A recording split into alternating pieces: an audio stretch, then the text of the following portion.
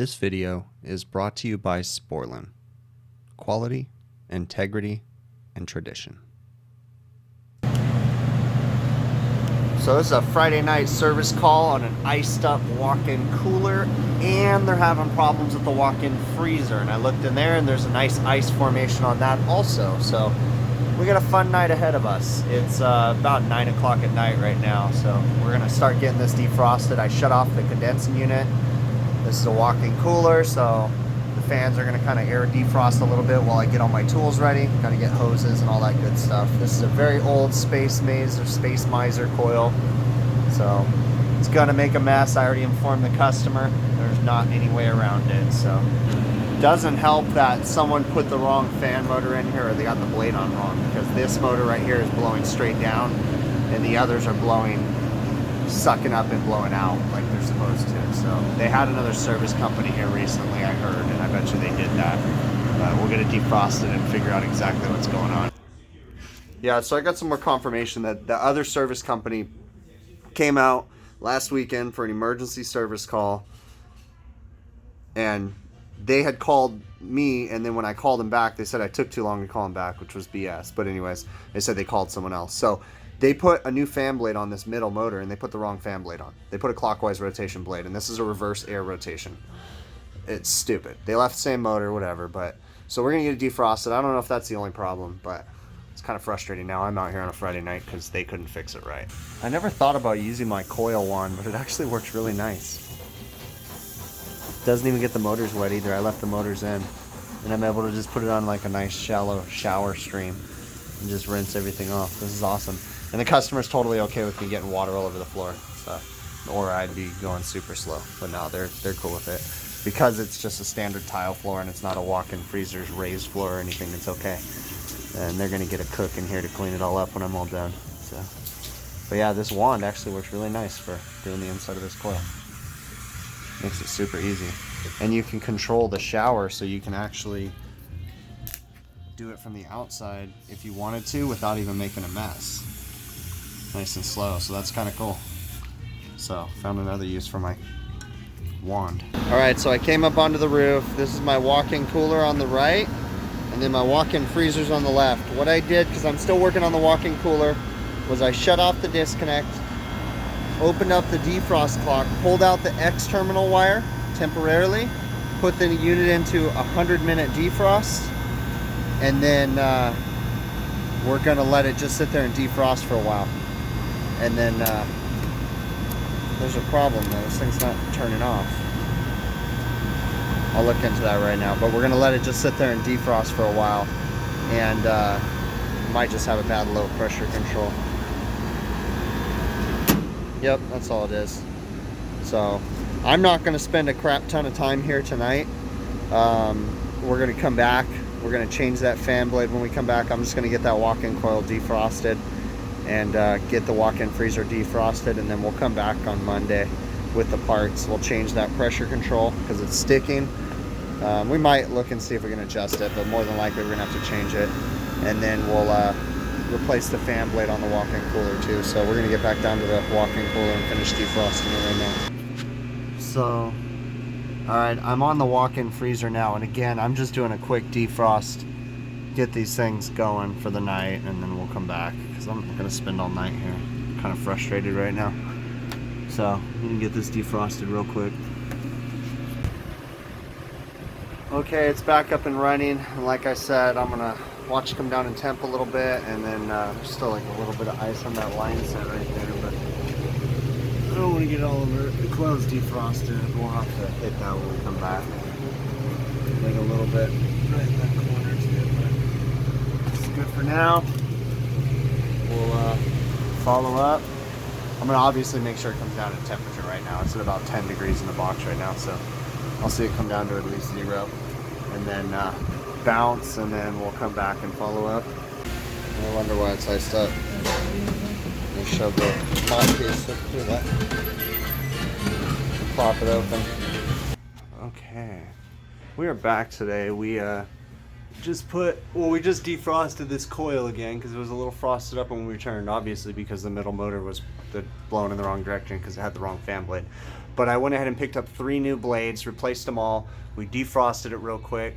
And then I'm going to go ahead and replace the thermostat too and put a key to therm temp plus defrost controller on here. At least that's the plan, to try to help with some defrost, because they need to buy some time on this guy. They are replacing this entire entire thing. So we just need to buy some time on this coil. So I'm going to put that, and then that way we have some better defrosting going on. So I installed a key to therm temp plus defrost controller here. Set it up. We went a little crazy with the defrost, so I set them up for 8 defrosts a day because again, they have a lot of problems here. I'm actually going to come back with a longer sensor because that one's a little short, and I'd honestly like to run it over to the fan guards. But for now, it's tucked back where it's not going to get hit by air. I made sure, because even though the air is sucking up through and blowing out and hitting that wall, it's not making it over here. But like I said, I am going to come back with a longer sensor. Because in a perfect world, I'd like to run that sensor all the way along that drain line and then over and mount it to like the middle fan guard or even the farthest fan guard, because that's the return air inlet through the fan guard. So, but yeah, so we're going to watch this guy come down a temp, and I'll jump up on the roof and look at the refrigerant pressures here in just a minute. So this is a pretty beat up condensing unit. It's an old Masterbuilt unit. R22. Pressures don't look horrible. We've got a clear sight glass right down there. Everything's looking good. So what I did is, this particular unit has a normal defrost clock. So in the middle of the night, or I took all the defrosts out of it, and then in the middle of the night I just did a longer defrost, like 45 minutes in the middle of the night, 3 to 4 in the morning or something like that. So we're using the key to therm downstairs to do normal routine defrost, and then in the middle of the night we're going to do that long one. And that's it. So pressures are looking good. I don't see any reason to check receiver level or anything. Nothing's jumping out at me. So we're gonna go ahead and wrap this up. So I decided to go ahead and take care of this sensor wire today. So it's not the prettiest thing in the world, but it's in the return air stream. It's run over and up. But I'm gonna show you why we're doing this. Because this old temperature controller was mounted right here, the old sensing bulb. Look at this. This is why they're changing this box. That's everything's separating on this box. Look at the walls. All around, all the walls. They've got all kinds of separation. Look over there. It's like I believe the slab is settling and everything's falling. So they're having all kinds of warm air intrusion, and it's causing the temp control. Plus this door doesn't shut over here too. So anyways, this is the old one, but you see this door? This door is staying open too. So this is the short sensor. We had it running while we ran to the supply house, and then we just ran the new one, and we're running it over, and then we're going to run it into the control right now. And to give you an example, this is reading 38 degrees when my digital thermometer over here is reading 33. So 39 degrees over here. So there's quite a bit of difference, but it's because of all the warm air coming in. So I want to be sensing the return air coming into the coil. Even if there's warm air intruding in the box, I don't want that warm air coming in the door and coming over here to this control. I want to be sensing the true air at the coil. All right, 35.8,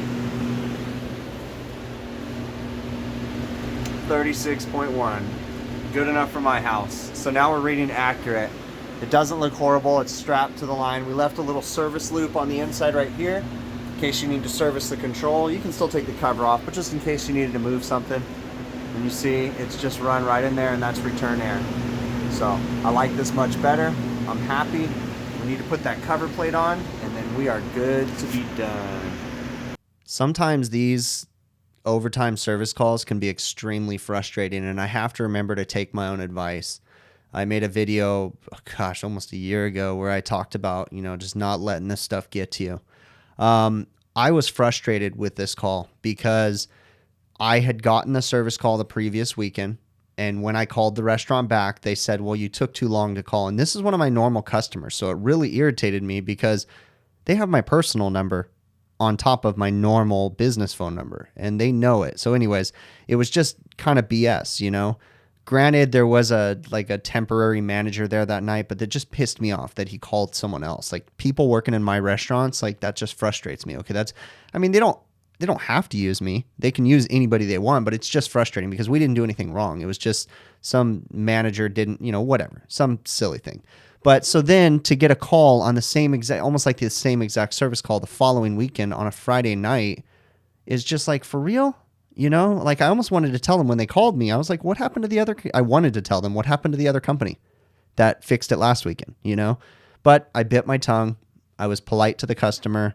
It was a different manager, anyways. I got the story that they had called someone because it was making a god awful noise, and supposedly they had a broken fan blade, and the dude that came out put the wrong fan blade on, and it had been a week, didn't even bother to come back and put the right one back on or whatever, So, I had to kind of let it go and just chill out and, just go ahead and get it fixed. So I defrosted it like you guys saw, came back out the next day, ended up changing the thermostat too, and then showed you guys that whole slab, the foundation's like settling or something. So they're having, all kinds of issues, and all the ceiling, whatever. You saw it. Okay. The walls are starting to separate from the ceiling and stuff. So added the long sensor for the temperature controller. And other than that, everything else is good. In all honesty, I haven't even dug into the walk-in freezer yet. It's been about 2 or 3 weeks. So I better get over there. They're probably going to call me because it's probably going to be iced up again. But yeah, I got to go dive into the walk-in freezer and figure out what's going on with that. I'm thinking on the walk-in freezer, it's got a bad expansion valve because you saw the way that it was only half the coil was frozen up. To me, that's indicating an expansion valve problem, but we'll figure that one out, and I'll try to get video of that one. But, you just got to remember that, I try to remind myself not to let these calls get to me, because if they're not going to call me, they're going to call someone else. So I might as well do the work and get paid for it. So it's just one of those things. All right. Really appreciate you guys taking the time to watch these videos. Like I always say, leave me some feedback down in the comments. I really appreciate it, whether it be negative or positive feedback. Tell me, should I have done something different? I'm always willing to, looking to improve, how I work and my skills and my knowledge. So leave me some feedback. And other than that, we will catch you guys on the next one. Okay.